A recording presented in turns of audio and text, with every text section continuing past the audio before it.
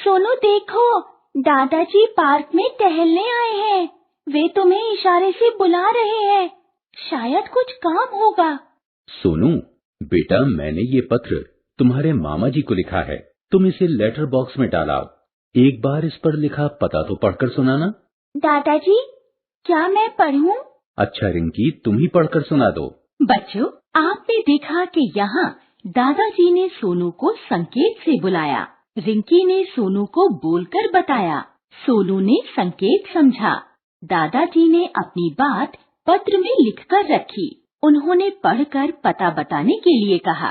संकेत, बोलना, सुनना, पढ़ना और लिखना, ये सब अपने भावों एवं विचारों को दूसरों तक पहुंचाने के साधन हैं। मनुष्य ही नहीं, दूसरे प्राणी भी अपने तरीके से अपनी इच्छा, अपने भाव दूसरे प्राणियों तक पहुंचाते हैं। मनुष्य उन दूसरे प्राणियों से कुछ अलग है, क्योंकि उसके पास वाणी का वरदान है। मनुष्य शब्दों द्वारा अपनी बात एक दूसरे तक पहुंचाते हैं। शब्दों की इस संपदा को ही भाषा कहते हैं। भाषा वह साधन है जिसके द्वारा हम बोलकर या लिखकर दूसरों तक अपने विचार एवं भाव पहुंचाते हैं। प्रयोग के आधार पर भाषा के दो रूप हैं। मौखिक भाषा, यह वह भाषा रूप है जिसे हम बोलते सुनते हैं।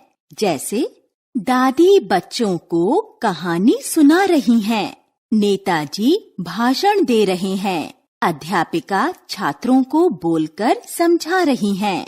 इन सभी उदाहरणों से बोलने और सुनने का बोध हो रहा है। ये मौखिक भाषा में आते हैं।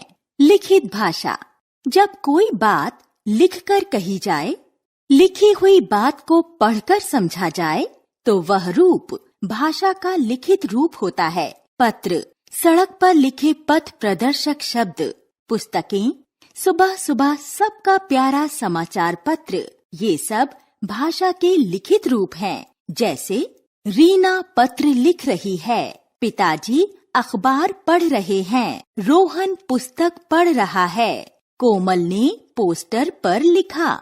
उपर्युक्त सभी उदाहरण लिखने और पढ़ने का बोध करा रहे हैं। ये लिखित भाषा के अंतर्गत आते हैं। हम अक्सर संकेतों से भी अपनी बात समझाते हैं। संकेतों से अपने विचार व्यक्त करने वाली भाषा सांकेतिक भाषा कहलाती है, किंतु व्याकरण में सांकेतिक भाषा को मान्यता नहीं दी जाती। आओ बच्चों, अब तुम्हें लिपि के बारे में बताएं। लिपि, मुख से निकली ध्वनियों को लिखित रूप में जिन निश्चित चिन्हों द्वारा प्रकट किया जाता है, उसे लिपि कहते हैं। विचारों या ध्वनियों को लिखकर प्रकट करने वाले निश्चित चिन्ह लिपि कहलाते हैं। हर भाषा की अपनी लिपि होती है। कई बार एक से अधिक भाषाएं एक ही लिपि को अपना लेती हैं। भाषा, लिपि, हिंदी देवनागरी, संस्कृत देवनागरी, पंजाबी गुरमुखी, उर्दू फारसी, अंग्रेजी रोमन, बांग्ला बांग्ला, मराठी एवं नेपाली भी देवनागरी लिपि में लिखी जाती हैं। राघव बोला, मैं खाती हूँ, देखो देखो सूर्य छिप गए। दोनों वाक्य पढ़कर तुम्हें हैरानी हुई होगी कि राघव तो लड़का है, फिर वह खाती क्यों बोल रहा है, और सूर्य तो एक ही है, फिर छिप गए क्यों कहा। आओ समझाती हूँ। ये दोनों वाक्य व्याकरण के नियमों के अनुसार नहीं होने के कारण गलत हो गए हैं।